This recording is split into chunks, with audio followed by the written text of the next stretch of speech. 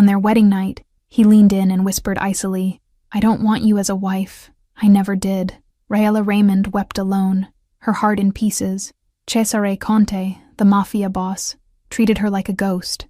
She was the image of Elena, his dead wife. Months later, when the enemies came for them, she picked up a gun and showed him who she truly was, and the truth destroyed him. Hi, Lena here. You're about to watch the full episode of a fantastic story, and to get access to a catalog with dozens of uncensored, ad-free stories, click the first link below to access my complete platform. Chapter 1. Loveless Marriage. The Valentino gown pressed down on me like a vow I wasn't certain I could honor. Every hand-stitched pearl caught the golden afternoon light spilling through the stained glass of Santa Maria Church, scattering tiny constellations across the stone floor as I moved down the endless aisle. I tried to steady my breathing while 300 pairs of eyes followed my every step. My father's grip on my arm was unusually tight, almost possessive, as though he suspected I might bolt. He needn't have worried. My feet were already carrying me forward, toward the man waiting at the altar. Cesare Conte, my future husband, stood there like something carved from marble, his Armani suit tailored to every hard line of his tall frame, his posture as rigid as a man who had forgotten how to bend. His face revealed nothing. When our eyes finally met, I searched for something, anything, a flicker of nerves, a hint of curiosity, the smallest warmth. I found only the polished indifference of a man reviewing a contract. My chest tightened, but I forced my lips into a smile and kept walking. For weeks I had whispered the same reassurance to myself, that an arranged marriage could still grow into something real, that time could soften even the coldest foundation. But one look into those dark, distant eyes was enough to make every fragile hope I had built shudder at its roots. When I reached the altar, my father transferred my hand to Cesare's with the careful solemnity of a man signing over a deed. Cesare's fingers were cold as river stones, and he released me the instant formality allowed. Father Morrison's voice filled the ancient church, deep and ceremonial, and I clung to each word as a way to keep from drowning in the lump rising in my throat. Then came the vows, and the priest turned toward Cesare with the kind of tender smile that belonged to a different wedding entirely. "Cesare Conte, do you take Raella Raymond to be your lawful wedded wife, to love and respect her, in joy and in sorrow, in sickness and in health, until death do you part?" "I do."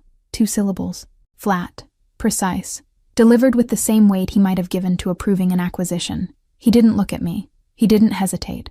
His eyes stayed fixed on Father Morrison as though I were merely a piece of decoration beside him. When the priest turned to me, I forced my voice to hold steady. "Raella Raymond, do you take Cesare Conte to be your lawful wedded husband?" "I do." My answer came out softer than I intended, threaded with a hope I hadn't quite managed to kill. The rings were worse. Cesare slid the gold and diamond band onto my finger with the clean efficiency of a man filing paperwork. No warmth, no lingering touch, nothing that belonged to intimacy. My own hands trembled when I placed his ring on him, but if he noticed, he gave no sign. "I now pronounce you husband and wife," the priest's voice carried to every corner of the cathedral. "You may kiss the bride." For a heartbeat, I thought Cesare might refuse. Then he lifted my chin with cool fingers and brought his mouth to mine. The kiss lasted 3 seconds, maybe less, dry and formal as a handshake. There was no pressure behind it, no pause, nothing that could be mistaken for feeling. When he stepped back, cameras exploded around us, immortalizing what everyone would later call a perfect beginning. No one would ever guess the truth hiding behind the photographs. The reception at the plaza's golden ballroom was more exhausting than the ceremony had been. 300 guests filled the room, glasses tinkling, laughter rising and falling while waiters weaved between them with champagne and artful canapes. I sat beside Cesare at the head table and performed the part expected of me. Composed, radiant, grateful. Every smile cost me something. Throughout dinner, he stayed glued to his phone, thumb flicking through messages, face bathed in blue light. I tried anyway. The ceremony was beautiful, don't you think? My voice came out too soft, almost apologetic. He didn't look up. It was adequate, like a quarterly report, like an airport lounge. I drew in a slow breath and tried again, reaching for the smallest thread of connection. Your mother seemed moved. Nothing. Not a glance, not a grunt, not even the courtesy of a nod. He kept typing, entirely absorbed, as though my voice occupied the same dimension as background music. Humiliation began crawling up my throat, hot and unwelcome. All around us, guests were raising their glasses to love, to our future, to a life they had invented for us. And there I sat, treated like an empty chair by the man whose name I now shared. Cesare, we're married. My voice firmed, sharpened at the edges before I could soften it. The least we can do is— He finally raised his eyes. The look he gave me dried my words mid-sentence. Is what? He said quietly, dangerously. Pretend this is a fairy tale? It was the first real wound, and it landed cleanly. The air fled my lungs, but I refused to let my face show anything. I would not crumble in front of him. Not there. Not with 300 witnesses and cameras around every corner. I turned back to a plate I hadn't touched, and swallowed the rising ache in my throat. The rest of the evening dissolved into a blur of pleasantries, rehearsed laughter, and a dread that tightened with every passing minute. By 11 that night, we were in the plaza's presidential suite, and every nerve in my body was wound tight. I had exchanged the heavy gown for a silk nightgown my mother had pressed into my hands weeks earlier, insisting that a bride always needed something beautiful for her wedding night. I had never felt more foolish wearing it. Cesare entered behind me and closed the door with a soft final click. I stood near the window, staring out at the constellation of Manhattan lights below, pretending I could not feel the tremor in my own chest. His footsteps approached. I sensed the heat of him before I heard him stop behind me, so close that every nerve lit up in anticipation. For one reckless, hopeful instant, I let myself believe that the man from the altar and the dinner had been a performance, that now, alone, he would finally let something real surface. Then he bent close, his lips barely grazing my ear, and spoke in a voice that turned the blood in my veins to ice. I don't want you as a wife. I never did. The world fell out from under me. I couldn't move.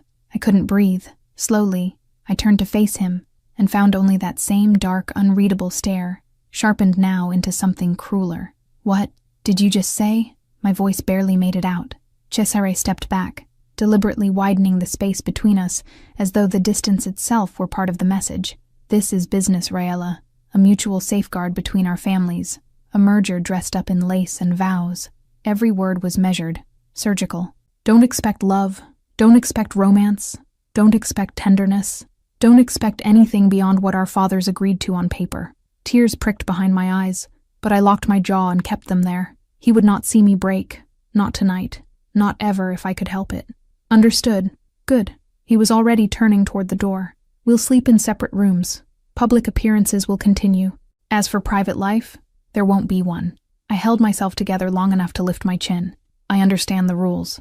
He walked out without another word.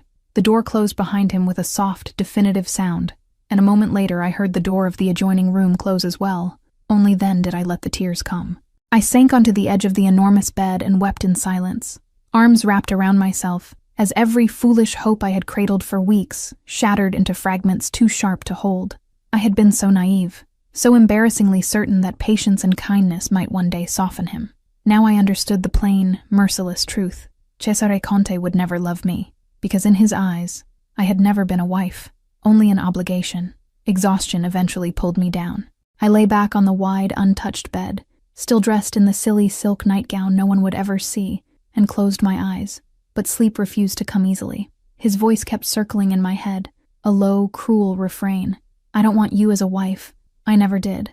On the other side of the wall, in his own room, Cesare was not as composed as he had pretended. He shrugged off his jacket, loosened his tie, and moved through the motions of undressing with mechanical precision.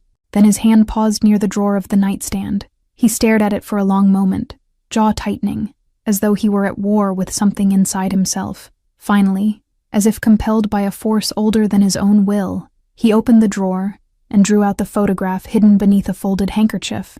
A dark-haired woman smiled back at him, her eyes bright with the kind of unguarded happiness that only exists when no one is performing. She looked astonishingly, painfully, like me. Cesare studied the image for a long, suspended moment, the muscle in his jaw working. Then he returned the photo to its hiding place with sudden urgency, as if looking at it a second longer would cost him more than he could afford to pay. Chapter 2. Domestic Cold War. The Conte mansion on the Upper East Side was exactly the kind of address meant to impress. Vaulted ceilings, imported marble, art worth more than most people's homes. Yet all I ever felt inside its walls was a cold that had nothing to do with the thermostat. The weeks after the wedding unfolded in a hushed, suffocating rhythm, Cesare and I orbiting the same rooms without ever truly crossing paths. Mornings always played out the same way. I would descend to the formal dining room dressed as though I had somewhere important to be. Tailored clothes, flawless makeup, hair styled with care, performing for no one but the staff. Cesare would already be at the table, the Wall Street Journal raised like a shield in front of him, his suit crisp, his spine rigid, his entire posture radiating the message that my presence was something he merely tolerated. I would take the chair opposite his, the polished length of mahogany between us feeling more like a border than a table. I'd lift my coffee, smooth my expression, and pretend none of it was unusual. "Good morning." My voice carried further than I meant it to, bouncing off the silence of the room. Nothing. No nod, no glance, not even a pause in the turning of the page. He kept reading as though I were a draft that might pass if he ignored it long enough. I drew in a slow breath and tried again. "The coffee is good today." Still nothing. Only the dry whisper of newsprint folding and his fingers holding the pages, as though he had trained himself not to register that I existed at all. Irritation was beginning to simmer under my skin, but I kept my tone even for my third attempt. "We have dinner with the Benedettis tonight, 8 o'clock. This time, finally, he lowered the paper just enough for his eyes to meet mine over the top edge. The look in them made my stomach draw tight, and when he finally spoke, every syllable felt calibrated to remind me of my place. "I have dinner. You come with me." The voice he used was the voice one reserves for an assistant, not a wife, as though I were another item on his calendar, staff hired to stand decoratively at his elbow. Something inside me gave way. I set the cup down hard enough for the porcelain to crack against the saucer, and my voice came out sharper than I had allowed it to sound since the wedding night.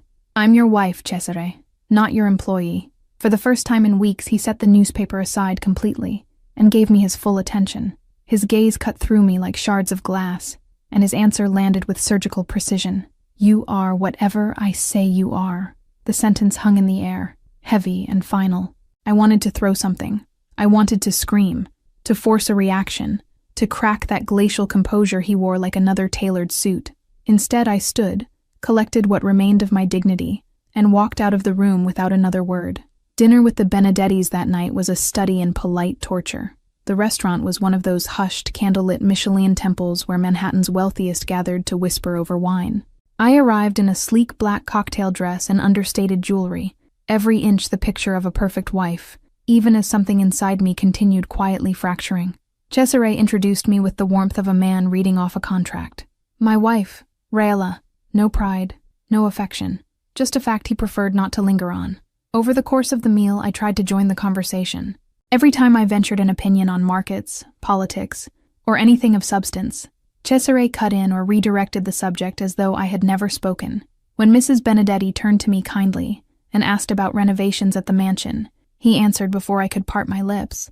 It was only when the topic shifted to a new commercial development uptown that I finally found an opening. Actually, I've been reading that the zoning in that area has... Raela isn't familiar with the details. His voice sliced neatly through mine, and he moved on to something else entirely, as if I were a child who had interrupted the adults. Heat climbed up my neck, but I kept the smile fixed in place and reached for my wine. He was treating me like something pretty to be seen, not heard, a vase arranged on his arm for the evening. The rest of the dinner passed in that same rhythm of small, relentless humiliations. He truncated my sentences, overrode my opinions, steered conversations around me as though I were a piece of furniture in the middle of the room. And the worst of it was his absolute calm. No heat, no temper, no flare of cruelty, only that frostbite cold indifference that hurt far more than any raised voice could have. It was nearly 11 when the mansion door closed behind us, and the second we were alone in the entrance hall, every swallowed word came pouring out. "Why do you humiliate me like that?" My voice ricocheted off the high walls, raw with everything I had been holding in for weeks. Cesare didn't even look at me as he slid out of his jacket with that same maddening composure. Humiliation would be pretending you matter. The casual cruelty of it knocked the breath from my chest. "I am your wife." Now finally his eyes lifted to mine, and something dangerous flickered behind them. "You're a signature on a page, a contract arranged for convenience." The burn behind my eyes wasn't sorrow this time. It was rage, clean, white-hot, scorching through every layer of composure I had worn since the wedding. I have feelings. I have dignity. I have a name. He took a single, deliberate step toward me, his presence filling every inch of the space between us. When he spoke, each word was carved to cut. "Dignity is earned, Raela, and so far you've earned nothing, not even the last name you're wearing." My hand moved before thought could catch up with it. The sound of the slap cracked through the hall like a rifle shot, my palm burning from the force of it. Cesare went absolutely still, a red print blooming across his cheek. His eyes widened in genuine, startled shock, and a dark, bitter satisfaction curled through me as I realized that probably no one had ever dared raise a hand to him before. "You," his voice came out hoarse, roughened by something I couldn't quite read, but I refused to retreat now. I lifted my chin and met his stare head-on, every nerve in my body humming. "If you treat me like an enemy, Cesare, then that is exactly what I'll be." I stepped closer, into the space he normally used as a weapon against me. "You want a war? You'll have one." Then I turned and climbed the staircase without a single glance back, each step ringing out like the beat of a drum. The war had been declared. In the days that followed, I became a different kind of woman.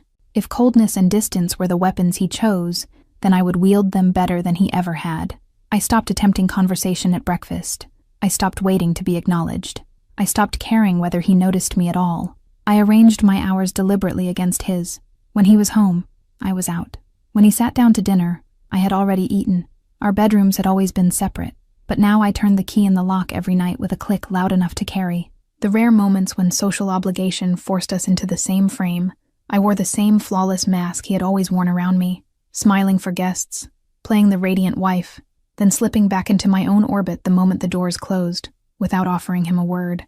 And the strangest discovery, the one that gave me a quiet, private thrill, was realizing that my silence unsettled him. I began to catch the glances he cast at me when he thought my attention was elsewhere, the tightening of his jaw when I walked out of a room without saying goodbye, the tension creeping into his shoulders whenever we passed one another in a hallway with no more acknowledgement than strangers. Why did my silence disturb him more than my shouting ever had? I didn't have the answer yet, but I intended to find it and to use it. If Cesare Conte wanted war, then war was exactly what he was going to get.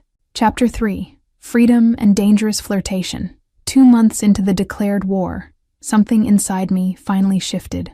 I was alone in the mansion's library, staring out at the obsessively pruned garden, when the thought struck with the force of a slap. My life wasn't going to wait for a cruel husband to decide I was worth noticing. If Cesare wanted to treat me like another piece of furniture, fine. I'd take my life elsewhere. He had spelled out in blunt terms that our marriage existed only on paper. So why was I locking myself inside these walls, shrinking smaller by the day, waiting for scraps of affection he would never toss in my direction? I picked up my phone and called Sofia and Adriana, my college friends, the women I had been neglecting since the wedding. I needed noise, laughter, motion. I needed to remember that a version of me still existed outside those polished, cold rooms.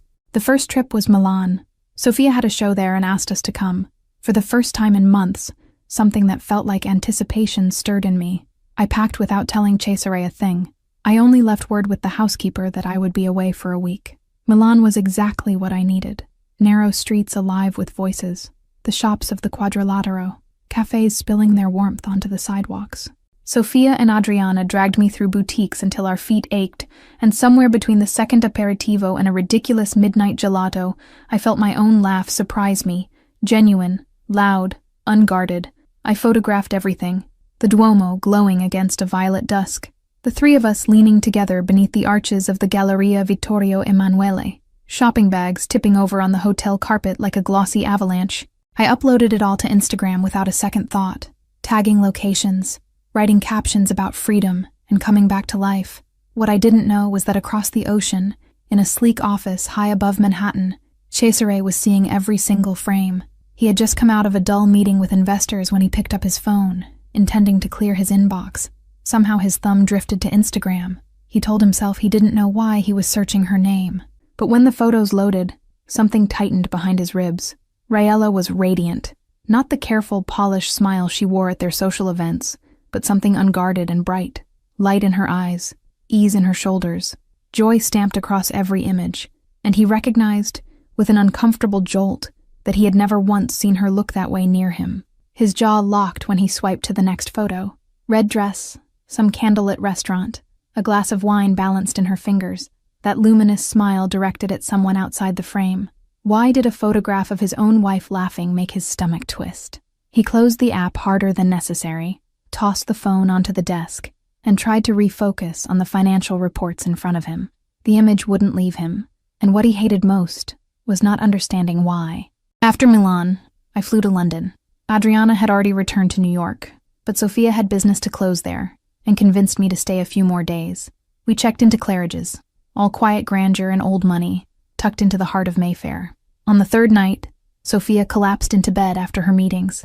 I was too restless to stay in my room, so I changed into a wine-colored Hermes dress I'd bought in Milan, left my hair loose in soft waves, and went downstairs to the bar. The lighting was dim and amber, the kind that makes strangers look like secrets. I settled onto a high stool and ordered a Negroni, letting the bitter burns settle across my tongue while I watched the room. He approached maybe 10 minutes later, tall, blonde hair combed back with careless precision, navy blazer over a crisp white shirt.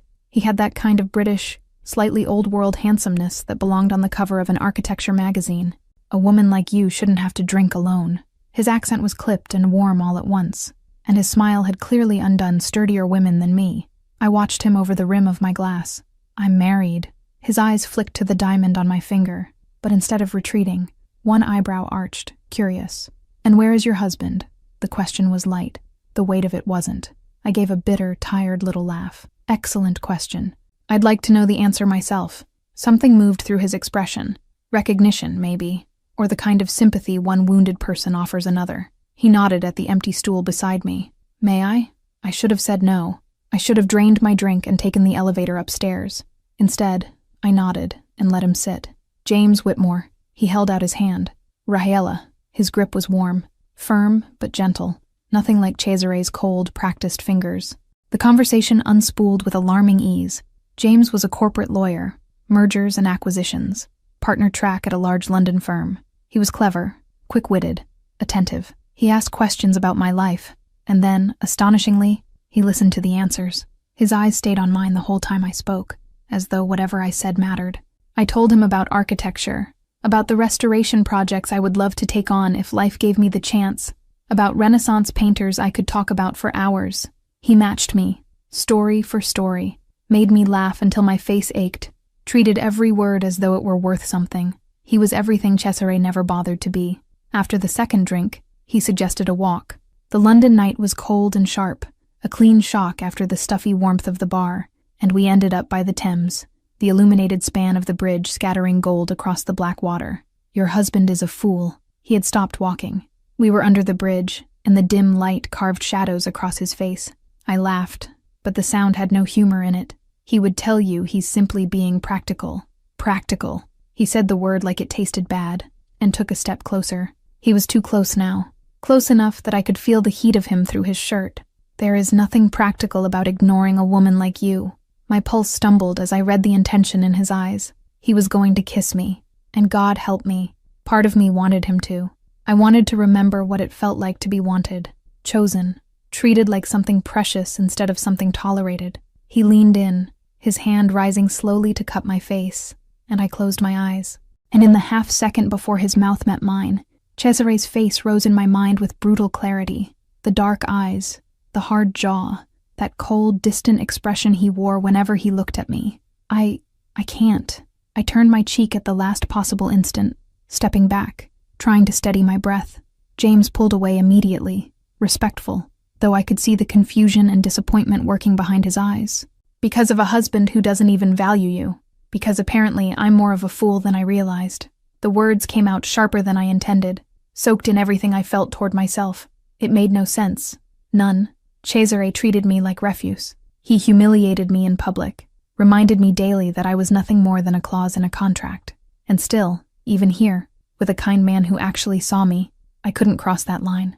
James walked me back to the hotel in a gentle, disappointed silence. When we said goodnight in the lobby, there was a shared ache between us. Two wounded people who had nearly found each other and couldn't quite take the last step. I flew back to New York 2 days later, frustrated with myself, with Cesare, with the entire absurd shape of my life. Even in another city, on another continent, with another man giving me the kind of attention I had been starving for, I couldn't free myself from the grip of a husband who didn't want me. A week later, I did something impulsive. Maybe it was morbid curiosity, maybe it was pure masochism, but I decided to show up unannounced at Cesare's office. It had been nearly 3 weeks since I had laid eyes on him, and some foolish, stubborn part of me wondered whether the distance had softened anything.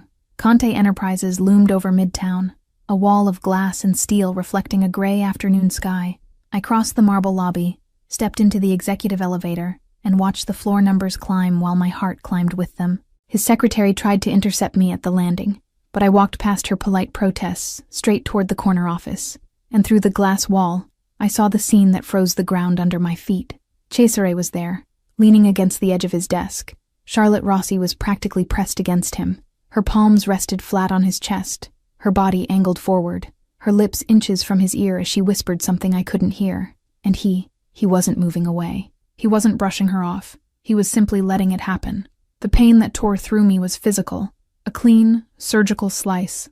My already broken heart somehow managed to splinter further. I shoved the door open. The bang of it against the wall echoed through the office. They both turned, but it was Cesare's expression that gutted me. No guilt, no flinch, nothing. Only that calculated coldness he reserved so specifically for me. Forgive me for interrupting. My voice dripped venom. Your private meeting. He straightened his posture, entirely unbothered. What are you doing here? Charlotte smiled the small, triumphant smile of a woman who believes she has already won. Perhaps I should leave the two of you to... Don't trouble yourself. I cut her off before she could finish. Clearly I've interrupted something terribly professional. Cesare actually had the nerve to look bored with the whole scene. Charlotte is a business associate. Unlike some people, she contributes something useful to this company.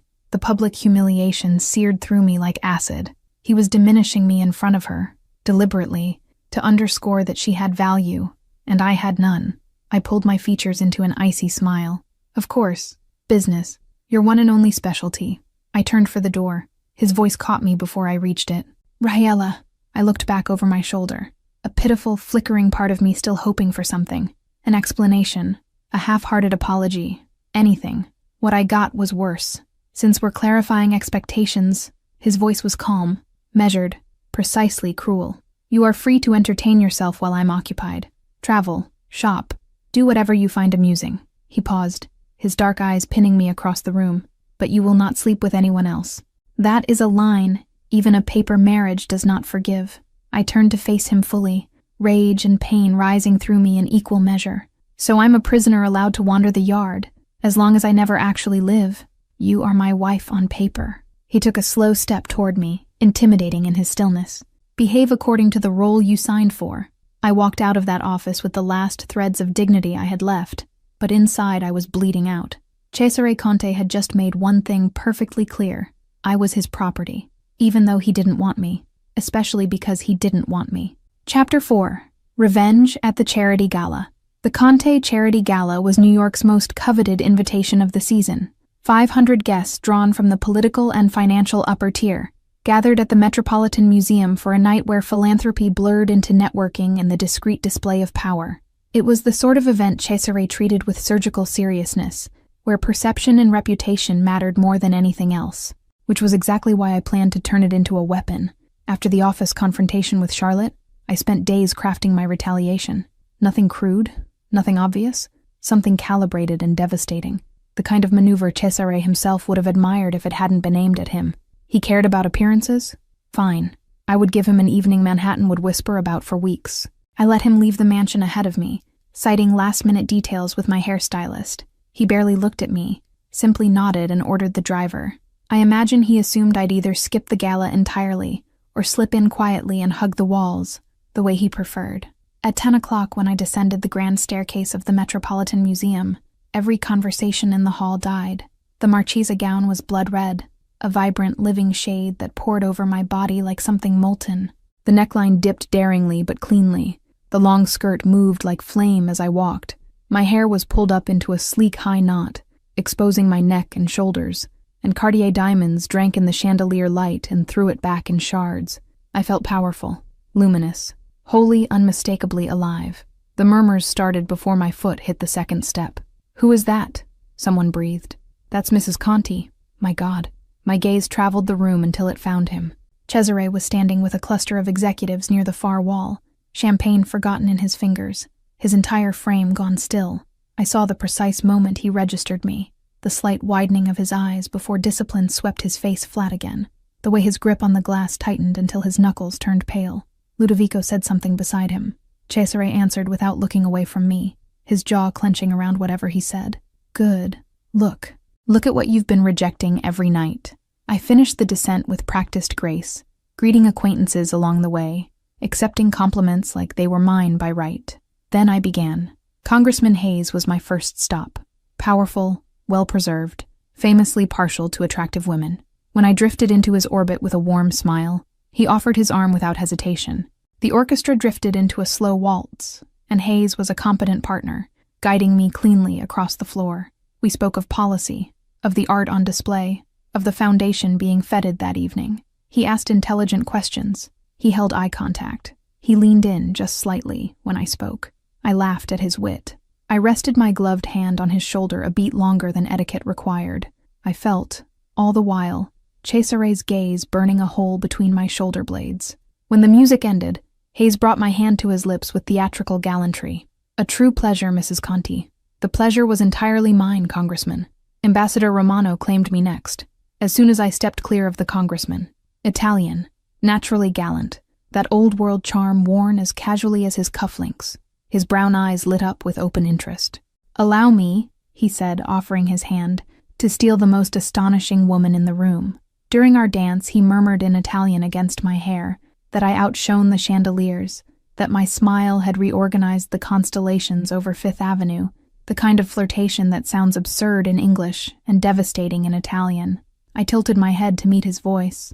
I answered in fluent Italian and watched delight bloom across his face. The temperature of the room was climbing. I could feel Cesare tracking me like a sniper, and I could picture precisely the white-knuckled grip he'd have on his glass, the rigidity working its way up his spine. Every second I spent in another man's arms was a small, precise blade turned under his skin. But the real blow was Matteo Castellano, 30 years old, tech billionaire, entirely self-made, painfully handsome in that particular way that made photographers follow him around, notoriously unmarried. He was leaning at the bar when our eyes met, and the interest in his look was immediate and unapologetic. I didn't have to approach him. He came to me, cutting through the crowd with the easy certainty of a man used to clearing his own path. "Dance with me." It wasn't quite a request. "I thought you'd never ask." The music slid into something slower, more intimate. Matteo drew me in, his hand firm at the small of my back, our bodies closer than polite. He smelled of something expensive and warm, and when he leaned down to speak near my ear, his breath brushed my neck. "You are the most beautiful woman I've ever seen," he said, low and unembarrassed. "I'm married," I answered, and the words came out more like a passing note than a real protest. "To a man who leaves you alone at galas." His hand pressed me a fraction closer. "If you were mine, no one else would get near enough to speak your name." We talked. We laughed. We flirted in full view of the city's elite. Each successive song pulled us a little tighter together, our chemistry blooming open enough for everyone nearby to feel it. His fingers traced small, deliberate circles against my ribs, sending tiny shivers over my skin. I was half lost in him, in the attention, in the way he looked at me as though I were the answer to a question he hadn't known he'd asked. And when the music ended, he raised my hand, pressed his mouth to my fingers, and pulled me even closer. "Marry me," he said, low but loud enough for the circle around us to hear. "I would know how to worship you properly." I tilted my head, mock considering. A tempting offer. That was when I felt him. Cesare was moving across the ballroom like a storm refusing to break, each stride precise, controlled, and dangerously quiet. Before I could react, his hand closed around Matteo's wrist with enough pressure to make the younger man release my waist. "I believe my wife needs some air." His voice was low, even, and utterly lethal. Matteo didn't flinch. He held Cesare's stare with open challenge, his other hand still clasped around mine. She seemed to be enjoying herself perfectly well. She was. Cesare's interruption cut like glass. With her husband. The tension between them was electric, dangerous. Heads turned all around us, conversations falling to whispers as guests began to register the scene. Matteo released my hand slowly, reluctantly, and not without a look that told me he considered the matter far from closed. Cesare took hold of my arm, firm but not bruising, and steered me through the crowd toward the terrace doors. 500 pairs of eyes followed us every step of the way. I didn't care. I had gotten exactly what I came for. The night air struck me cold and clean as we stepped out onto the empty terrace. Manhattan glittered below us like a fallen galaxy. The glass doors had barely swung shut behind us when Cesare released me and rounded on me with a fury he was visibly struggling to contain. "How dare you humiliate me like that?" His voice cracked through the silence. Something inside me tore clean open. Months of swallowed hurt, of being made small, of being unwanted. It all came up at once. "Humiliate you?" I shot back. "You told me I was free to enjoy myself. Free to breathe, Rayla. Not to drape yourself across every man in Manhattan." He closed the distance between us, his dark eyes burning with something I had never seen on him before. "And why do you care?" My voice was climbing, unafraid. I stepped straight into his space. "You don't want me as a wife, because you are still my wife. On paper." His hands closed hard around my shoulders. "Paper!" I slammed both palms against his chest, furious and trembling. "That's all I am to you, a piece of paper. And guess what? Paper burns. You don't understand anything." He jerked me back toward him, our faces inches apart, our breathing ragged and tangled. "Then explain it to me." Tears of rage stung my eyes. "Explain why you despise me. Explain why you treat me like garbage every single day. Explain." He silenced me the only way left to him. His mouth crashed into mine. Nothing delicate, nothing considered, just raw need breaking its banks after months of denial. There was no tenderness in it. It was anger and want fused into something almost violent. I should have shoved him off. I should have hit his chest and run. Instead, my fingers dove into his hair and fisted hard, and I kissed him back with every grain of fury and longing I had buried, rage and passion in equal measure. Months of unresolved tension detonating at once. His hands slid down to my waist and dragged me flush against him, and every hard line of his body registered against mine. I have no idea how long we stood there, lost to it, beneath the New York sky. When we finally broke apart, we were both breathless, hearts hammering, staring at each other as though meeting for the first time. "Raella!" My name came out of him as a hoarse, half-formed thing, heavy with something I couldn't yet name. Then reality rushed back in. Laughter spilled out from inside the hall, reminding us of who we were and what we weren't. I took a step back, smoothing my skirt with hands that wouldn't stop shaking, trying to reassemble some semblance of composure. "This doesn't change anything." I said it barely above a whisper, and even I didn't believe me.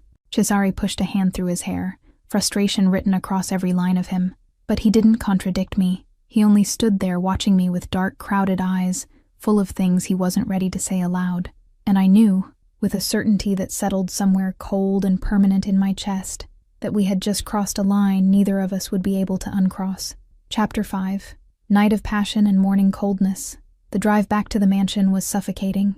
The driver cut through Manhattan in silence, but inside the car the air was charged to the point of friction. Cesare sat beside me, close enough that our shoulders nearly brushed, yet the space between us crackled like a live wire. Neither of us spoke. There were no words for what had just happened on that terrace, for the line we had crossed so recklessly. I kept my eyes on the window, watching the lights of the city streak past in soft blurs of gold and red. But I was acutely aware of every breath he took, every small shift of his body beside me. When the car finally eased to a stop in front of the mansion, I stepped out quickly, the sharp click of my heels echoing in the hushed street. Cesare followed, his presence close behind me up the steps, impossible to ignore. We entered the silent foyer together, and only then did the full weight of what was about to happen settle on me. We were alone, completely alone.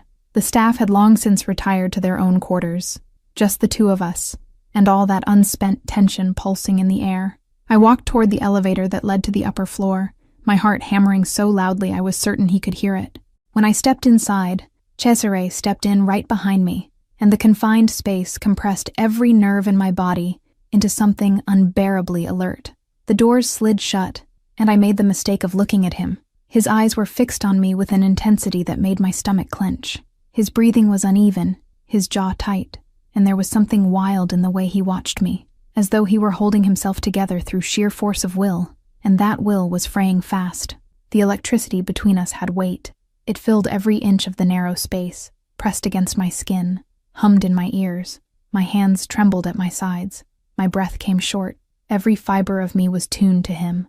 The doors opened on the bedroom level. Neither of us moved for a long beat. Then I stepped out, heading down the corridor toward my room, knowing he was right behind me. I didn't make it far. His hand closed around my arm, and the next thing I knew my back was against the wall beside my bedroom door, his body crowding mine, cutting off all the air I'd been trying to keep in my lungs. "Cesare," my whisper came out fractured, shot through with everything I couldn't say. He didn't answer. He only kissed me, with the same desperate force from the terrace, except now there was nothing to restrain him. No witnesses, no performance. Just the raw, thundering want that had been building for months. His mouth moved against mine with an urgency that left no room for anything else, his hands framing my face as though he were afraid I would vanish. My fingers fumbled for the buttons of his shirt, trembling, half useless, and I kissed him back with every drop of pent-up rage and craving I had carried inside me. Months of denial collapsing at once. We stumbled through the bedroom door without breaking apart. The red dress slipped to the floor in a whisper of silk. His jacket, his shirt, every barrier between us fell away. When we tumbled onto the bed together, it was as though a dam had finally given way. There was no gentleness in it, no careful tenderness, only need. Sharp, pure, undeniable. It was the first time we had truly reached for each other since our wedding, and everything we had never said was poured into the silence between our bodies, the loneliness, the rejection, the ache of all we had never been allowed to have. He whispered my name against my skin like a confession, and I let myself sink into him completely, into the heat of him, the weight of his arms, the way he held me as though he'd been starving for this all along, and had only just allowed himself to admit it. Hours later, sometime past 3 a.m, we finally stilled. The room was dark, softened only by the pale bleed of city light through the curtains. Cesare lay on his back, his breathing still uneven, and for the first time I saw the walls inside him lowered, just slightly, just briefly. I curled against his chest, half expecting him to pull away. His arm moved hesitantly, then closed around me, drawing me closer. A small, ridiculous thing. My heart nearly cracked open with it. Raella. He whispered my name into the dark, and there was something in his voice I had never heard there before. Something almost tender, almost undone. I pressed my face into his chest and listened to the steady, stubborn beat of his heart. For the first time since I had walked down that aisle in Valentino, I felt whole, safe, as though maybe this had meant something to him too. It was the first real peace we had touched. It did not survive the night. I woke at 7 to a cold, empty side of the bed.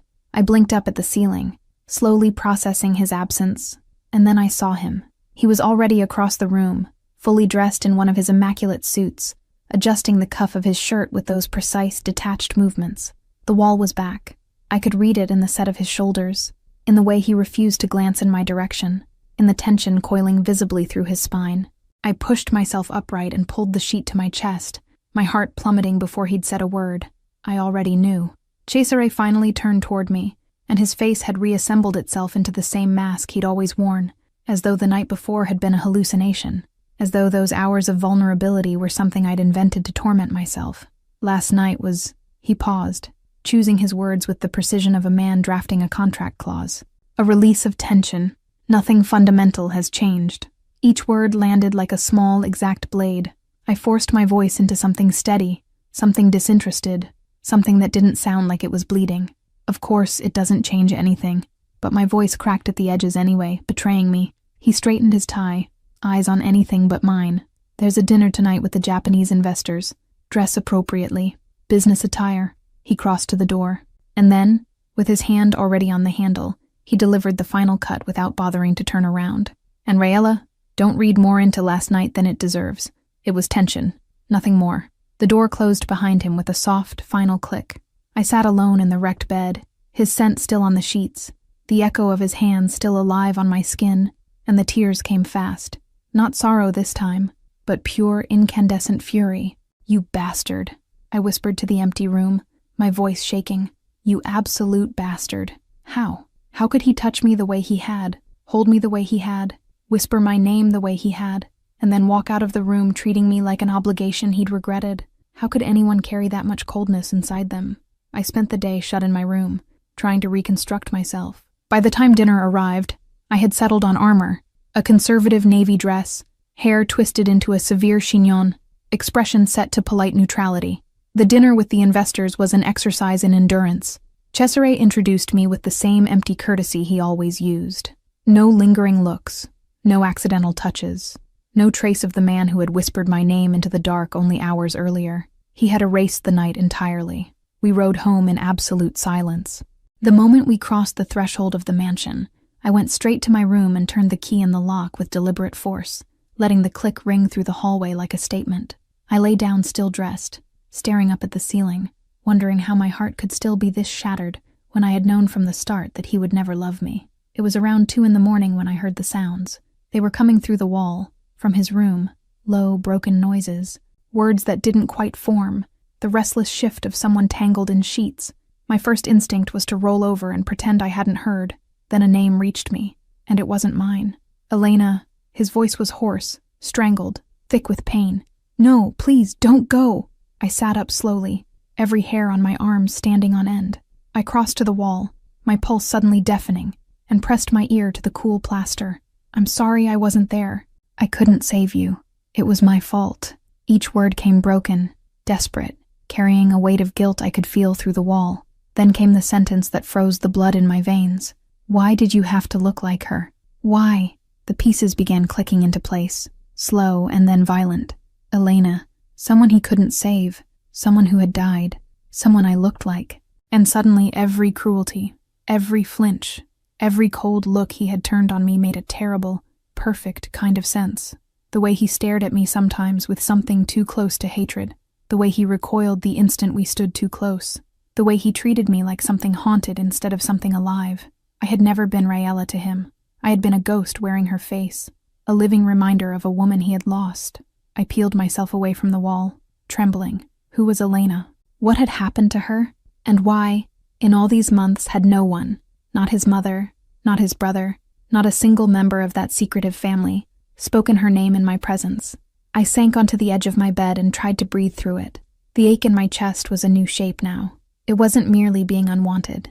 It was worse. The dawning, devastating realization that I had been set against a ghost from the beginning. And nobody wins against the dead in the memory of someone who loved them. But I needed to know. I needed to understand who Elena had been, what had taken her, what she still held over him. Until I did, I would never understand Cesare, and I would never be able to decide whether there was anything here worth saving. Either I would find a way to free him from the past he was drowning in, or I would find a way to free myself from a marriage to a man who would never be able to see me for who I actually was. Alone in the dark, I made my decision. It was time to start digging. Chapter 6. Investigation and Devastating Revelation. I woke the next morning with a single, unshakable certainty pressed against my chest. I would not spend another day living in the dark. I couldn't keep being treated like a ghost without at least understanding why the mirror haunted him so badly. I needed the truth, and I knew exactly who could give it to me. Ludovico Ferrante had been Cesare's right hand for as long as anyone in the Conte family could remember. Childhood friend, closest advisor, keeper of secrets. If anyone knew what my husband carried inside him, it was him. I dressed carefully, refined, composed, nothing that would raise suspicion, pulled my hair back into a smooth ponytail, and slipped out of the mansion before Cesare stirred. Ludovico's office sat in a gleaming glass tower in the financial district, the whole facade reflecting a cold, overcast morning. I went up to the 20th floor, without calling ahead. I knew that if I gave him warning, he'd invent a reason to avoid me. The secretary rose to intercept me, but the Conte name cleared a path the way it always did. I pushed open his office door without knocking. Ludovico looked up from a mountain of contracts, and the polite, professional smile on his lips died the instant he registered who it was. Something cautious, almost wary, took its place. "Mrs. Conte." His voice was carefully even. "This is unexpected." I closed the door behind me and crossed to the chair facing his desk, sitting without waiting to be invited. My pulse was loud in my ears, but I kept my voice steady. "I need to know about Elena." The reaction was instant and impossible to hide. His entire body went still. The pen in his fingers slipped and clattered against the desk. Color drained from his face, and panic flickered through his dark eyes before he could discipline his expression back into neutrality. "How do you know that name?" His voice came out rough. I leaned forward, refusing to let him retreat into vagueness. "He says it in his sleep, every night." "Elena, forgive me." Ludovico dragged a hand down his face. For a long moment, he simply sat there, clearly weighing how much of the truth he was willing to hand me. I didn't push. I simply waited, letting the silence do the work. Finally, he exhaled and sank back in his chair, the fight draining out of him. Elena was his wife. The words fell between us like two stones dropped into deep water, sending shockwaves through everything I had believed about my marriage. "His wife?" My voice rose, louder than I'd meant, raw with disbelief. "He was married before?" Ludovico nodded slowly, his eyes heavy with old grief. "For 2 years. She died. 2 years ago." The floor seemed to tilt underneath me. Cesare had been married before. Cesare had loved someone before, and that someone had died. Suddenly, a dozen jagged pieces began slotting into place in painful, perfect alignment. How? I forced the word out past the tightness in my throat. How did she die? Ludovico's face darkened further. When he spoke, every word carried weight. A car bomb. It was meant for him. Cesare was supposed to be in that car. He was running late to meet her. My hand flew to my mouth. My God. He blames himself for all of it. Ludovico's voice was low, grief roughened. If he had been on time, he tells himself, he would have been the one in the car, or they would have left together and both been killed, or he could have stopped it somehow. Those what-ifs have been dismantling him every single day since. I closed my eyes, forcing myself to breathe through what I was hearing. Cesare's pain abruptly made a terrible kind of sense. It wasn't simple grief. It was guilt, deep, corrosive, unrelenting. He had lost the woman he loved and held himself responsible for her death. But there was one more question burning through me, one I needed answered even as I dreaded the answer. I opened my eyes and looked at Ludovico. Do I look like her? He didn't answer right away. The pity that crossed his face gave me the truth before his mouth did. When he finally spoke, every syllable landed like a small, clean blade. Uncanny resemblance. The same hair, the same eyes, the same smile. He paused. That's why he has such a hard time being near you. The room seemed to tilt again, this time on a different axis. It wasn't about me. It had never been about me. I was nothing more than a walking reminder of something he had loved and failed to protect. Every time Cesare looked at me, he wasn't seeing me. He was seeing the woman he could not save. So, I'm not a person to him. My voice broke on the word. I'm a living ghost. Raella, Ludovico started, but I raised my hand. He doesn't hate me. It came out as a kind of bitter epiphany. He hates what I remind him of. I'm the walking, breathing echo of a dead woman he truly loved. I stood, my legs not entirely steady beneath me. Everything made sense now. The coldness, the cruelty, the way he refused to meet my eyes for more than a second at a time. I had never been Raella to him. I had been Elena, returned to mock him in living flesh. Thank you for telling me the truth. My voice came out controlled, though the rest of me was anything but. At least I understand now. I walked out of his office in a daze.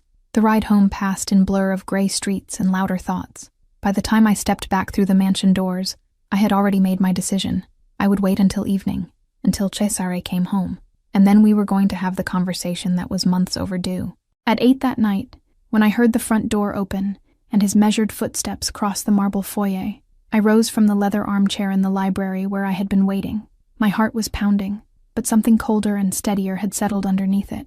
I could not keep living this way, competing against a ghost, punished daily for a face I hadn't chosen. He appeared in the doorway moments later, probably looking for one of the business volumes he kept in here. When he saw me, he stilled. Surprise flashed briefly across his features before the familiar mask slid back into place. What do you want? His voice was cool, distant. I drew a slow breath and gathered every ounce of courage I had. I know about Elena. The reaction was instantaneous. The book he had just pulled from the shelf slid out of his hand and struck the hardwood floor with a dull, echoing thud. His entire body went rigid.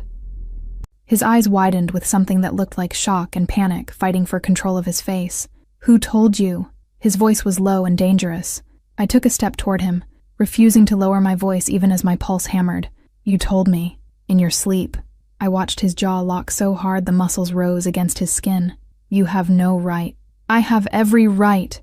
My voice sliced through his. I'm the wife who sleeps on the other side of that wall every night, listening to you beg a dead woman to forgive you. He recoiled as though I'd physically struck him, the color leaving his face. But I couldn't stop now. I was too close to the truth to turn back. I understand now. My voice softened, but the ache stayed in it. It isn't me you hate. It's what you see when you look at me. You don't understand anything. His voice broke open, the fury in it poorly disguising the agony underneath. He stepped toward me, trembling with feeling he had been crushing down for years. Elena was everything. She was pure, good. She actually loved me. And I destroyed her. Every word was a small detonation. I made myself stand still, made myself hold my ground. And you, he paused, his voice turning crueler. You are nothing but a cruel reminder of what I will never have again. A cheap substitute my family forced on me. The pain of those words was physical, a hot blade slipping clean through my ribs. But rage rose up right behind it, white and incandescent. How dare he reduce me to a placeholder for a dead woman? How dare he punish me for a face I hadn't chosen? My hand moved before thought caught up. The slap rang out through the library, louder than the first time I had struck him, the red print of my palm blooming on his cheek almost instantly. I felt no remorse this time. None. I am not a substitute for anyone. My voice shook with pure fury. I am Raella Raymond, and I deserve more than being despised for wearing the face of someone you lost. I stepped in closer, invading his space with every shred of anger burning through me. You want to live entombed in the past? You want to keep punishing yourself for something you couldn't have stopped? Fine, do it. But I will not stay here and be your emotional punching bag. I refuse to be sentenced to cruelty every single day for the crime of resembling a ghost. I turned before the tears behind my eyes could betray me. I was not going to let him see me cry. Not tonight. Not ever again, if I could help it. I ran up the stairs, shut my bedroom door, and turned the lock hard. Only then did I let my body slide down against the wood, the sobs breaking out of me in jagged waves.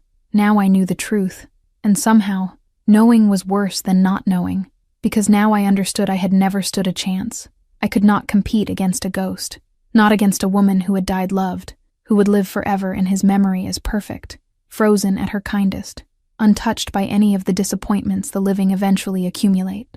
On the other side of the mansion, in the darkening library, Cesare stood alone. He sank into the leather chair, buried his face in his hands, and let his shoulders shake with the emotions he had spent 2 years burying. For the first time since her death, he had said her name out loud to someone other than himself. He had spoken aloud the truth that hunted him through every night, and now there was no undoing it. No going back to the convenient fiction that Raella was nothing more than a line in a contract. He had finally told the truth, and he was afraid that the truth might have destroyed whatever fragile, impossible thing could have one day grown between them. Chapter 7. War and Forced Separation. The week that followed our clash in the library was quieter than any silence I had ever known. Cesare and I moved through the mansion like two people trying not to occupy the same air. On the rare occasions we crossed paths in a hallway, he looked away as though the sight of me caused him physical pain. I stopped trying to reach him. There was nothing left to reach. The truth now sat between us like a chasm neither of us could cross. It was on Thursday, exactly 7 days after Elena's name had finally been spoken out loud, that everything broke open. I was in the library with a book open in my lap when the front door slammed hard enough to shake the foyer chandelier. Heavy, urgent footsteps followed.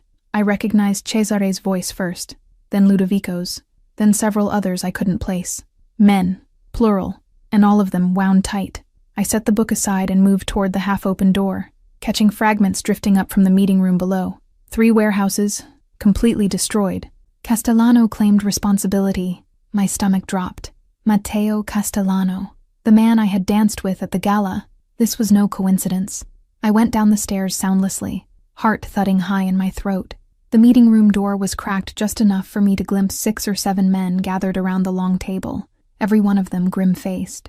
Cesare stood at the head of it, knuckles bone white where he gripped the edge. Ludovico hovered at his right, surrounded by papers, photographs of burned warehouses. Damage reports spread like ruins across the mahogany. An emergency meeting before lunch is never good news. My voice cut across the tense silence of the room. Every head turned toward me at once. Cesare looked up, and something dark and desperate flashed through his eyes before he could smother it. This doesn't concern you. Go back to... Matteo Castellano has declared war. Ludovico cut in, ignoring the murderous glare Cesare threw him. 3 of our warehouses were hit overnight. I felt the blood drain from my face. 3? This is retaliation for the gala. Ludovico's voice was heavy, weighted with implications he didn't need to spell out. A scene I had orchestrated. A humiliation Castellano had not forgiven. A fuse I had helped light. I stepped fully into the room, ignoring the uncomfortable shift of the other men at the table. What are you going to do about it? That was when Cesare detonated. He slammed his palms down on the table hard enough to rattle the papers and make every man in the room flinch. When he straightened, his eyes were burning with something so intense, I took a half step back before I could stop myself. You're leaving. Tonight. The sentence landed between us like a verdict. I blinked, certain I had misheard. What? It's not up for discussion. He rounded the table and came at me with long, decisive strides. You're going somewhere safe. Now. Anger flared up through me, tangled with indignation. I am not running from a fight. This is not a request, Raella. It is an order. His voice exploded through the room, loud enough that even the hardened men at the table stiffened. I lifted my chin. I refused to be cowed. You don't get to send me away like I'm some fragile child. He stopped directly in front of me, close enough that I could see the gold flecks scattered through the darkness of his eyes. When he spoke again, his voice was lower, more controlled, but every syllable pulsed with desperate urgency. You are a target now, because of your marriage to me, because of my enemies, my mistakes. Castellano will go through you to get to me. Understanding struck like a second slap. This wasn't only revenge for a humiliation at a gala. Matteo had read the situation correctly. The most efficient way to hurt Cesare Conte was through his wife. Even if Cesare didn't love me, even if he resented me for the face I had been born with, I was still his, legally and publicly. Hurting me would have been the perfect wound. Then we fight together, I said, my voice firm. You don't have to carry this alone. His reaction was almost violent. His hands clamped around my shoulders, fingers digging in hard enough to bruise, his eyes wild with a fear he was failing to keep behind his teeth. No, the word came out raw, stripped. I will not watch another wife die. The room went absolutely still. Every man at the table froze. The weight of that admission hung in the air, undeniable, impossible to retract. For the first time, Cesare had let the wall fall completely, not just in front of me, but in front of his lieutenants. He had exposed in one naked sentence the terror that had been devouring him from the inside for 2 years. I looked into his eyes, and what I saw there wasn't cruelty. It wasn't pride or control. It was pure, animal terror, scar tissue that had never knitted. He had failed to save Elena. The thought of failing me too was unraveling him in real time. Cesare, I began softly, trying to reach him through the storm, but he was already retreating, reassembling himself into cold operational command. The plane leaves in 2 hours. Switzerland. Safe house. Non-negotiable. Cesare, you can't just... The look he turned on me was so fierce. The rest of the sentence died in my throat. I cannot lose another person. His voice cracked on the last word, and the raw pain underneath it bled through. I barely survived Elena Raella. I won't survive losing you too. Those words hit me harder than any of his cruelty ever had. For the first time since I had married him, Cesare had said aloud that I mattered. Maybe not love, maybe only the desperate reflex of a man refusing to lose another piece of himself to violence. But it was more than he had ever given me before, and far more than he had ever intended to give. 2 hours later, I was being all but escorted onto a private jet at a quiet corporate airfield outside the city. Cesare himself had overseen the packing, the routing, every detail of the operation, with the cold precision of a man running a military extraction. He stood on the tarmac now, hands jammed into his coat pockets, watching me board with an expression that mixed relief and devastation in equal measure. How long? I asked from the door of the cabin. One last small rebellion. As long as it takes. That was all he gave me before turning and walking back to the car, his shoulders carrying the weight of a whole war. The flight to Switzerland passed in a dull, numb blur. I watched New York shrink beneath the wing until it was just a scatter of light, then nothing, and felt every thread of agency pulled out of my hands. He had taken me off the board entirely, locked me behind velvet while he fought the real war alone. The chalet was exactly the kind of gilded cage I had expected, tucked high in the Alps, snow-cloaked and silent, insulated by discreet but omnipresent security. Every material comfort I could ever ask for. Not a single one of the things I actually needed. Freedom, agency, the right to defend what was mine. The first days were a blur of restlessness and frustration. I called Cesare repeatedly. He never picked up. Ludovico sent back clipped, neutral updates, obviously operating under strict orders not to give me anything that might push me to act. By the start of the second week, I had made a decision. If Cesare had decided I was a helpless princess who needed to be locked in a tower for her own good, then it was time to remind him, and possibly myself, exactly who I was. I made a few discreet calls and found an instructor up in the mountains, a retired American Navy SEAL named Marcus, early 50s, hair cropped to iron gray, eyes that had clearly seen more than most men survive. He ran a small private gym tucked into the foothills, and he trained people very quietly. I want to learn to defend myself, I told him at our first meeting. Close combat, weapons, everything. He gave me a long, skeptical once-over, almost certainly filing me under rich wife bored between ski lessons. That kind of thing takes years, ma'am, not weeks. Then teach me what you can in weeks. We started the next morning. Marcus was relentless. He pushed my body past limits I hadn't known I had. Close combat, disarms, tactical movement, target shooting in the snow until my fingers couldn't feel the trigger. Every evening, muscles I had never consciously used ached in ways that left me gasping into my pillow. I didn't stop. On the 5th day, he paused mid-drill and studied me with narrowed eyes. "You already know this." It wasn't a question. "Where did you learn?" I considered lying. Then I decided there was no point. Family business. Raymond blood. Recognition passed across his face. "The Raymonds. I've heard of them." He almost smiled. "Your family doesn't raise porcelain dolls, does it?" "No." My answering smile was dry. My father always said that in our world, women had to be as lethal as the men. Maybe more so, because nobody sees you coming. And it was the truth. From the time I was a child, I had been trained. Self-defense, firearms, tactical thinking. My father had been very clear that every Raymond, son or daughter, would be able to protect themselves and the family if it ever came to it. But after the wedding, I had buried all of that. Cesare had never asked. Cesare had never shown any interest in who I actually was under the dress. Over the following weeks, Marcus didn't so much teach me as sand the rust off instincts that had been waiting, dormant, under years of debutante polish. He layered in newer techniques, newer weapons, newer protocols, and drilled me until my reflexes spoke before my mind could. The more I trained, the more I felt myself returning.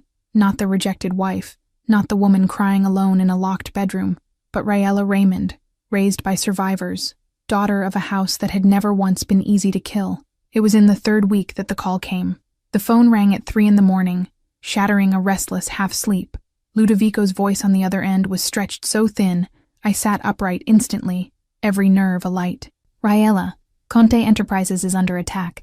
Cesare is pinned on the 40th floor with a handful of men. They're running out of ammunition." The blood in my veins turned to water. "What do you mean, under attack?" "Castellano sent a small army. They cut through lobby security and are working their way up. It's bad." I didn't stop to think. "I'm coming back. Raella, Cesare will kill me if I hung up before he could finish. Within minutes, I was in the tactical clothing Marcus had supplied, hair pulled back tight, a pre-packed go-bag over my shoulder. I had quietly prepared for exactly this kind of contingency the moment I'd realized he was shutting me out. The security detail tried to stop me at the door. I used the techniques Marcus had drilled into me, clean, efficient, non-lethal, and left them incapacitated but alive. I took one of the cars from the garage, burned the route down the mountain toward the nearest airfield, and spent every contact and every dollar I had at my disposal to secure an immediate private flight back to New York. The hours in the air belonged to a single thought, circling over and over in my head. Cesare was in danger, and this time, I was not going to be the helpless princess sitting in a tower, waiting to be saved. This time, I was going to be the one doing the saving. Chapter 8. She returns shooting. The flight back to New York was the longest of my life. Every minute that ticked by was another minute in which Cesare could be bleeding out, being dragged through hallways, being executed by Matteo Castellano while I hung thousands of miles above the Atlantic.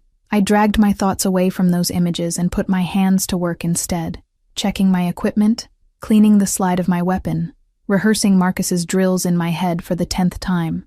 When the jet finally touched down in New York, the sun was just beginning to rise, staining the sky in streaks of orange and bruised red that felt less like morning and more like a warning.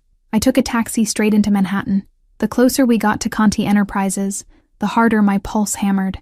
I could already see the evidence of the attack from streets away, a plume of black smoke lifting off the lobby, glittering glass scattered across the sidewalk, armed men positioned with surgical precision around the perimeter.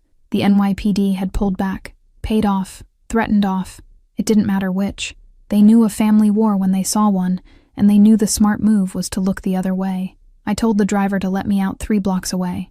I tugged the tactical vest over my dark clothes, checked the SIG Marcus had drilled me with until my dreams had included it, and drew in one long, centering breath. Everything my father had put into me as a child, everything Marcus had sanded back into me over the last weeks, everything I was as a Raymond, all of it was about to be tested at once. I worked my way toward the building through side streets and alleys, keeping to the shadows, mapping the patrol patterns of Matteo's men. They were professional. They were not quite as professional as they thought. There were seams in their coverage, blind corners, 3-second lulls between rotations. Enough. Then Matteo's voice boomed out of a loudspeaker somewhere above me, arrogant and gleeful. Time to end the Conte dynasty once and for all. Surrender now and death will be quick. Rage detonated behind my ribs. No one threatened my husband. I didn't care how much he resented me. I didn't care that he'd looked at me for months and seen a ghost wearing my skin. He was mine, and I did not let people touch what was mine. I slipped in through the service entrance at the back of the building, crossing the distance to the door guard in 2 silent strides. A chokehold Marcus had drilled me on. Clean, fast, controlled. And the man went slack in my arms. I eased him down behind a dumpster and relieved him of his sidearm. 2 pistols now. Better odds. The service door was locked, but the guard's access card opened it with a quiet beep. I slipped into a concrete corridor, my steps utterly soundless against the floor, weapon low and ready. I followed voices and movement until I was just off the main lobby. Through a half-open door I could count them. 12 armed men in black tactical gear, Castellanos insignia on every vest. They were assembling to push upstairs. Heavy weapons, breaching charges, the lot. It was now or never. I drew one breath, centered myself the way my father had taught me when I was still small enough to sit in his lap, and came through that door already firing. The 3 nearest men went down before they'd registered the threat. Clean placement. Shoulders, thighs, non-lethal joints. Weapons slid out of limp hands. Bodies hit the marble with solid thuds. Chaos erupted. The rest of them turned, shouting orders, raising rifles, but I was already moving, already behind the first marble pillar, already using the reflections in shattered glass to line up my next shots without exposing myself. One of the downed men's radios crackled. Mateo's voice cut through the static, sharp with confusion. Who the hell is that? I plucked the radio out of the fallen man's vest and pressed the button. My voice came out steady, lethal, low. I'm a Raymond. I let that surname settle on the line for a beat longer than necessary. And no one touches my husband. I moved through the lobby the way Marcus had drilled into my muscle memory, using cover, cutting impossible angles, staying unpredictable. Every man who tried to stop me ended up on the marble, disarmed and breathing. I wasn't killing. I was making it exquisitely clear that I could. 40 floors above, in the executive suite where Cesare and a handful of his men were barricaded, Ludovico was staring at the security monitors with his jaw slack. Cesare, you need to see this. Cesare was crouched behind his overturned desk, using the mahogany as cover, breathing hard while he counted rounds. See what? The last minutes of our lives? Your wife. Cesare's head snapped around. His eyes cut to Ludovico. What did you just say? Ludovico pointed at the monitor that covered the lobby, and there I was, gliding through the chaos like something carved for it. Every movement efficient, every man I passed dropping in my wake, the whole thing moving with the clean, focused choreography of someone who knew exactly what she was doing. Cesare's voice came out ragged, disbelieving. How is she? Despite the carnage around them, a small, astonished smile cracked Ludovico's face. Your wife is full of surprises. I kept climbing, flight after flight, sticking to the service stairwells to avoid the main resistance. My muscles burned, my lungs burned. I ignored both. Cesare was on the 40th floor, and nothing on this earth was keeping me from him. When I finally reached the executive level, the door had been barricaded from the inside. I could hear voices through it, Cesare's among them, clipped and commanding. I knocked in the pattern Marcus had taught me, the one that told anyone trained to recognize it that an ally was on the other side. Who's there? Ludovico's voice, tight as wire. Open the damn door. There was a stunned pause, then the sound of furniture being dragged. The door swung open and Ludovico stared at me, smeared with dust and blood, eyes wide with pure disbelief. I slipped inside and swept the room with my eyes. 5 of Cesare's men, all wounded to varying degrees, spent magazines scattered across the carpet, the unmistakable signs of a position about to fall. And then I saw him. Cesare stood at the center of it all, his suit torn and streaked with blood, a deep gash over his eyebrow leaking a slow red line down his cheekbone, his weapon still steady in his hand. When our eyes met, something detonated silently across his face. Pure, unguarded shock. How do you know how to... The questions tumbled out of him, raw. I was already ejecting my magazine, checking my spare, reloading with the kind of efficiency that answered his question without a word. Questions later. Fight now. I looked up and arched an eyebrow at him. Unless you'd rather discuss my hidden talents while you bleed to death. An explosion shook the floor below us. Mateo's men were coming up. I took position near the door and signaled the remaining men into a defensive formation. How many? I asked Ludovico. 20 on the floor below us. More climbing. I nodded, calculating quickly. We need the terrain. Cesare, you know this building better than anyone. Where can we funnel them? Something rearranged itself in his expression. Shock giving way to comprehension. Comprehension giving way to something far more dangerous. A reluctant, astonished respect. He crossed to the wall, jabbed a finger at the building schematic hanging there. East corridor, one way in, no side exits. It's a kill zone if we hold both ends. We worked together in the next minutes with a synchrony that startled both of us. My tactical training meshed cleanly against his knowledge of the ground. He called positions.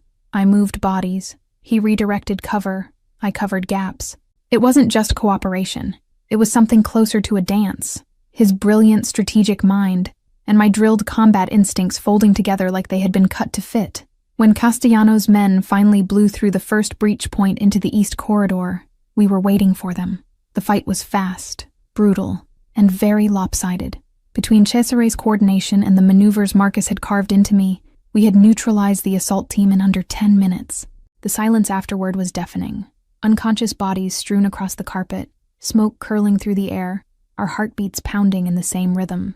Then footsteps in the outer hallway. Matteo Castellano walked into what was left of the suite with his hands raised, 2 of my men's rifles pressed against his spine. He took in the aftermath with wide, astonished eyes, and then his gaze locked onto me. "This isn't over, Conte." His voice cracked at the edges. The arrogance was gone. I walked toward him slowly, my weapon raised and leveled at his forehead. When I spoke, my voice was ice. "Yes, it's over." He took a step back, fear finally cracking through the posture he'd carried his whole career.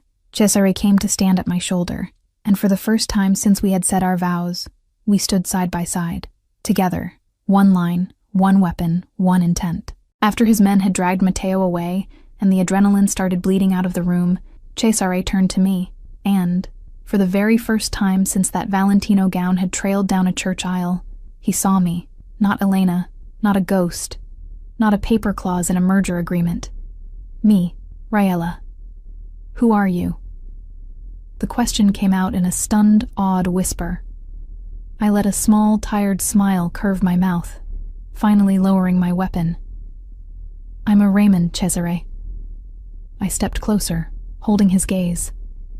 "You assumed my family raised helpless princesses? No, my family doesn't raise weaknesses."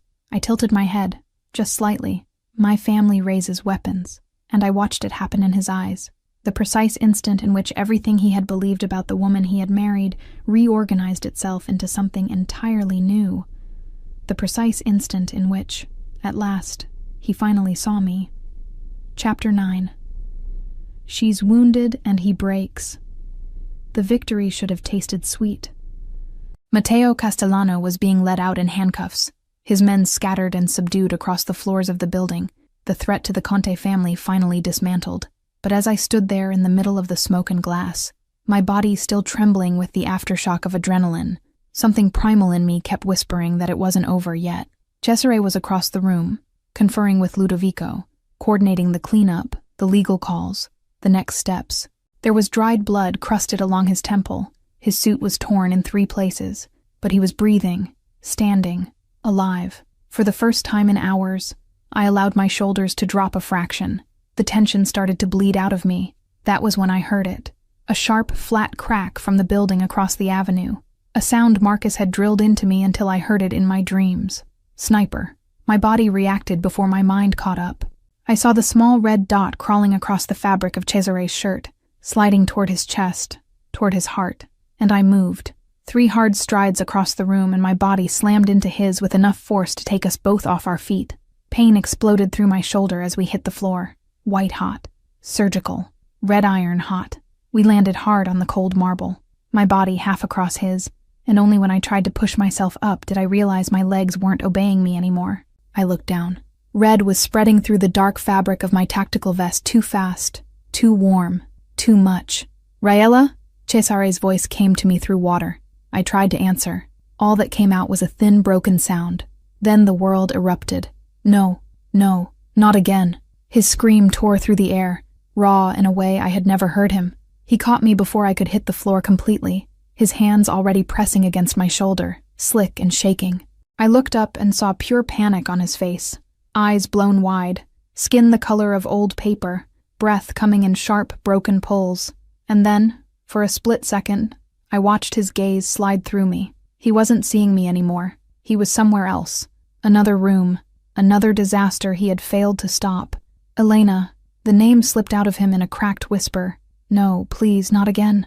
I can't. Even through the pain beating through me in black pulses that landed. Even now. Even after I had just taken a bullet for him. He still saw her when he looked at me bleeding in his arms. Then something shifted. His eyes sharpened. Locked onto me. And this time he was really looking. Really seeing. Raella. Raella. My name came out of him like a prayer being dragged through broken glass. No, no, no. I can't lose you too. I can't lose you. Ludovico appeared at our side, phone already at his ear, shouting coordinates to dispatch. Other men moved around us, some breaking toward the stairwell to chase the shooter, some dropping to help stem the bleeding. I could barely track any of it. All I could focus on was the wreckage of Cesare's face, the tears running openly down his cheeks without any of his usual control to stop them. "Don't close your eyes," he ordered, voice cracking. "Look at me, Raella. Look at me." I tried. The edges of my vision kept going soft and gray. I was so cold, so impossibly cold, even as I could feel my own blood soaking warm through the fabric beneath me. "Ambulance is 5 minutes out," Ludovico said somewhere above us. "We don't have 5 minutes." Cesare's voice was a snarl. In the next heartbeat, he was lifting me into his arms, my body rocking in a way that lit the wound up with fresh agony. "I'm taking her myself. Bring the car. Now."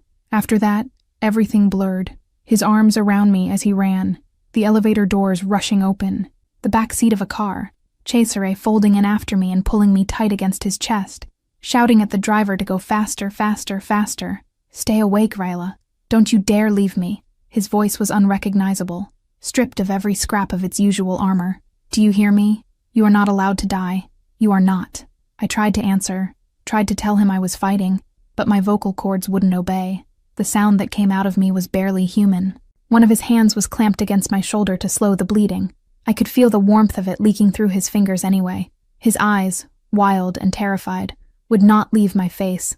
"I'm sorry," he rasped. "For all of it. For every cruel word. Every cold look. Every time I treated you like you didn't exist. I'm sorry. I'm sorry." He dragged me closer, pressed his chin to the top of my head. "Please don't die. Please. I can't do this again. I can't lose you too." I managed somehow to lift my good hand and find his face. His fingers closed over mine as though my palm were the only thing tethering him to the earth, and he pressed it against his wet cheek. The hospital came at us in a blur of flickering white light. Doors slammed open. People in scrubs pulled me out of his arms and onto a gurney. I tried to hold onto his hand. My fingers wouldn't close. "Sir, you need to let her go. We're taking her to surgery now." The firm, professional voice of a nurse. "I am not leaving her." Cesare's voice was more animal than man. "Cesare." Using the last scrap of strength I had, I whispered his name. "It's okay." Our eyes met, and held across the chaos for one long, suspended moment. Then, slowly, reluctantly, he let go. The last image I took with me through the double doors was Cesare standing there in the hallway, blood still on his clothes, tears still on his face, a completely broken man watching the woman he loved disappear into surgery. I woke in a white, sterile room with 2 bright fluorescents humming above me. Everything ached. My shoulder throbbed in slow, heavy pulses. I tried to shift and instantly regretted it. "Don't move." A nurse's voice, low and gentle beside me. "You're out of surgery. The bullet is out. You need to stay still." I blinked the room into focus, slowly.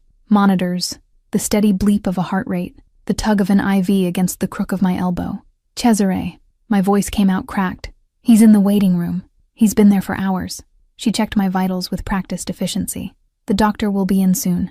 For now, rest." She left, and I lay there for a few minutes alone, stitching together the pieces of what had happened. I had taken a bullet. I had saved Cesare, and Cesare had wept for me, had begged me not to die, had apologized, out loud, with his whole broken body. Then the door opened again. It wasn't the nurse. He looked ruined, still wearing the same blood-soaked clothes, hair wild, as though he'd dragged his fingers through it 1,000 times, eyes red and raw. When he saw that I was awake, something visibly cracked open in his face. "Raella." My name came out of him like a sob. He crossed the room in 3 long strides and dropped to his knees beside the bed. seizing my hand in both of his, as if I might evaporate the moment he let go. "You're alive. Dio, grazie. You're alive." I looked at the man on his knees beside me and barely recognized him. Every wall was gone, every last piece of armor. What was left was just a man, undone, frightened, utterly stripped down. "Ludovico said I'm going to survive." My voice was weak but steady. Nothing vital was hit. "You saved my life." His hands tightened hard around mine. "After everything I did to you, after every way I hurt you, you threw yourself in front of a bullet for me." Fresh tears started down his face, and this time he didn't even try to hide them. "Elena died because I failed to protect her. You almost died saving me. What kind of monster does that make me?" I freed one of my hands from his and lifted it to his cheek. My fingertips traced the wet tracks of his tears. "Cesare, forgive me." The words cracked out of him. "For all of it. For every moment I hated you because you reminded me of her. For punishing you for being alive when she wasn't. For being too much of a coward to admit what I felt." He turned my face gently up to his, and what I saw there stopped the breath in my lungs. No masks, no retreat, just raw, terrified, truthful emotion. "I love you." 3 words. Clear, definitive, whole, desperately, completely, in a way that frightens me. My chest ached with it. Tears burned behind my eyes. But there was something I had to say first. Something I needed to make absolutely clear before either of us took one more step. "Cesare." My voice was small but steady. "Look at me." He looked. "I am not Elena. I never will be." Pain flickered across his face, but I pushed on.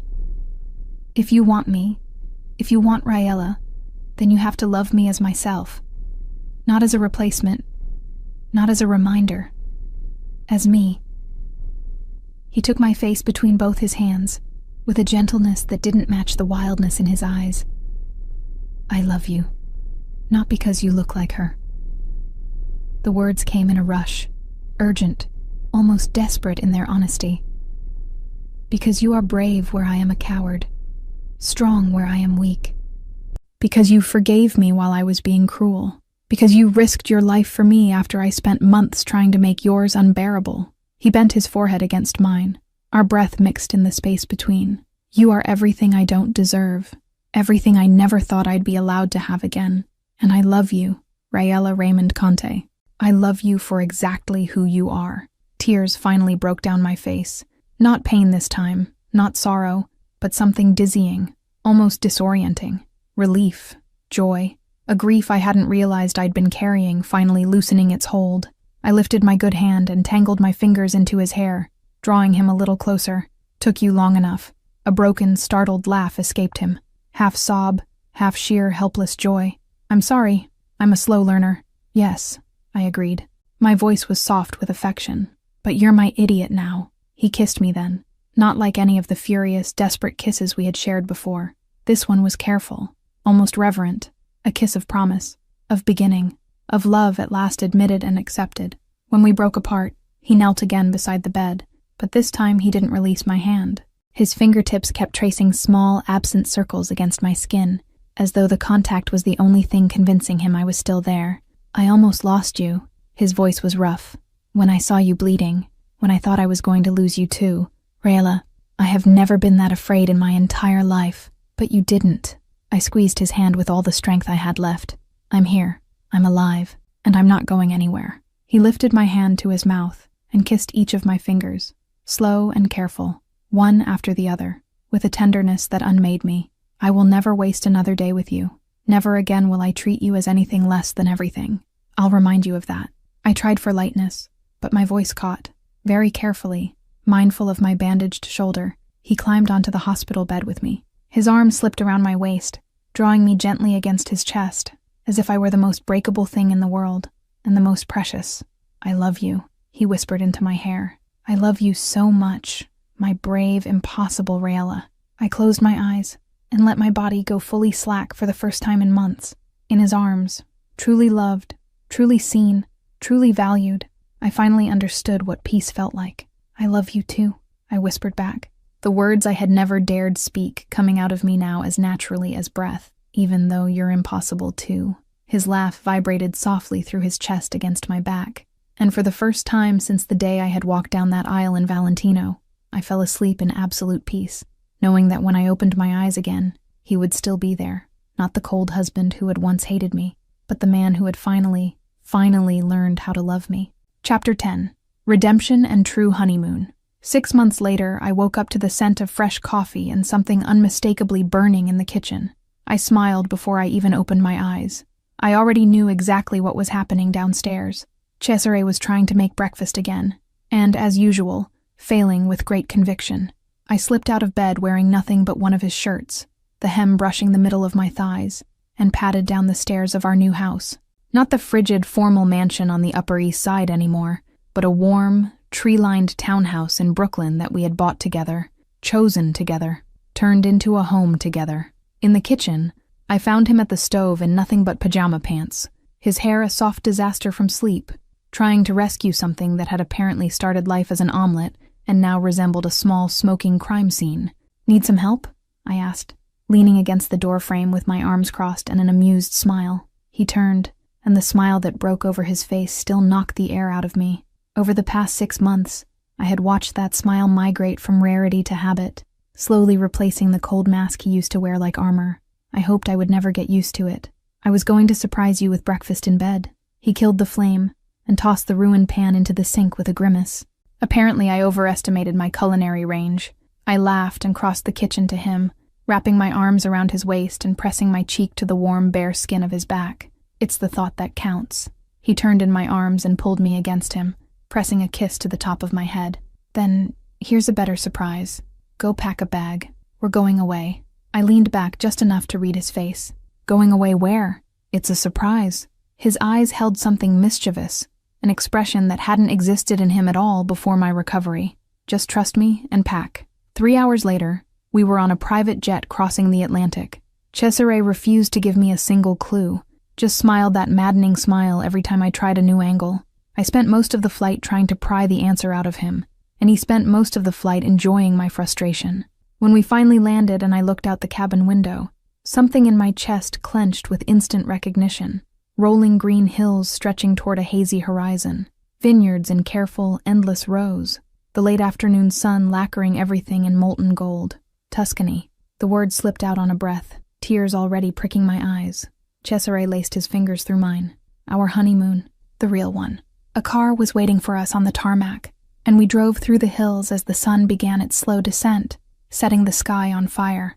We finally pulled up in front of a Renaissance villa tucked into a private vineyard. Isolated, ancient, breathtaking. "Cesare," my voice cracked. "It's perfect." He slid out of the car and came around to open my door, offering his hand with a gentleness that still, occasionally, stopped me mid-step. "You should have had this from the beginning," he said quietly. "The honeymoon you never got, the romance I refused you, all of it." We stayed a week in that private paradise, and it was the most perfect week of my life. Mornings began with slow walks through the vineyards, hands laced together, finally talking, about everything, about nothing, filling in all the blanks of two people who had married as strangers, and were only now getting to meet. Afternoons belonged to the villa's enormous stone kitchen, where we tried to cook traditional Tuscan recipes together. Cesare was an unmitigated disaster in front of a stove, but he made me laugh so hard it stopped mattering when the sauce burned or the pasta turned to glue. We made messes. We threw flour at each other. We stole kisses between stirs. The evenings were my favorite. We ate dinner on the terrace that overlooked the vineyards, the moon rising over the valley while we drank local wine, and finally let the hardest conversations out. He told me about Elena in full, painfully, unhurriedly, honestly, at last processing out loud the grief he had been strangling for years. And I told him about my side of it, the months of feeling invisible, the nights of crying into a locked bedroom, the woman I had nearly lost to that silence. "I'm sorry for every second I made you feel that way," he said on one of those nights, taking my face in his hands with a tenderness I would never get tired of. "You were always visible to me. I was just too afraid to actually look. I wasn't exactly innocent either," I admitted. "I used your pain against you. I planned the gala on purpose. I wanted to break you." He gave me that crooked half-smile I loved. We had to learn how to love each other from scratch. Two stubborn idiots, fumbling in the dark, until we finally stumbled into the light. "We saved each other," I corrected softly. "You saved me from invisibility. I saved you from the past. Somewhere in the middle, we saved ourselves." On our last night in Tuscany, he took me out onto the terrace under a sky so full of stars it looked unreal. The air was warm and heavy with lavender from the garden. The constellations scattered across the sky like spilled salt. And then he knelt. My heart stopped completely as he took a small velvet box from his pocket and opened it. The ring inside wasn't the one I already wore. This one was quieter, more delicate, more personal. Clearly chosen. Not by an assistant. Not by a jeweler following instructions. But by him. Rayella Raymond Conte. His voice was steady, weighted with emotion. Will you marry me? Tears were already on my face, but I laughed through them. We're already married, you idiot. For real this time. His eyes glistened. For love, not contracts.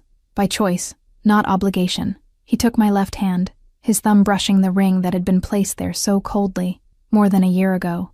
I want to do this properly. I want you to know that I choose you, every day, for the rest of my life. Yes, the word left me without hesitation, full of every certainty I had. 1,000 times yes. He slid the new ring onto my finger beside the old one, the two of them together, side by side, the full arc of our story set into gold, the broken marriage, and the love that had finally healed it.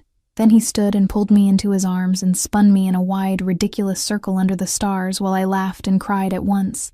On one condition, I said when my feet touched the terrace again, my arms still around his neck. Anything, he promised. You have to promise to fight with me sometimes. My smile was half mischief. I like arguing with you. The making up afterwards is excellent. His laugh rolled through the Tuscan night. Rich, unguarded, absolutely free. Rayella, my impossible love, I will fight with you any time you want. We kissed under those endless stars. A kiss that sealed old promises and opened new ones. Not our first kiss, not our last, but the first kiss of the rest of our lives. A year later, I was standing at the bedroom window of our Brooklyn house, one hand resting absently on the rounded curve of my belly where our child was growing. Cesare slipped in behind me without a sound, his arms coming around my waist, his hands settling over mine, sheltering the small life beneath. Boy or girl? He murmured into my hair, the question we traded 12 times a day, and never tired of. Doesn't matter, I answered, leaning back into the steady warmth of him. As long as they have your stubbornness, and your strength. His hands traced slow circles against my belly, and, hopefully, better judgment than either of us. I laughed and turned my face up to kiss him. They'll be perfect, because they'll be ours. Made of love, he whispered, a softness in his voice that still surprised me. Not contracts, not obligations, just love. I turned fully in his arms to meet his eyes, the same dark eyes that had once looked at me like I was a burden, and now looked at me like I was the only thing in the world worth looking at. I love you, Cesare Conte, even when you're impossible. I love you, Rayella. He sealed the words with a kiss so gentle it ached. My savior, my warrior, my wife, always.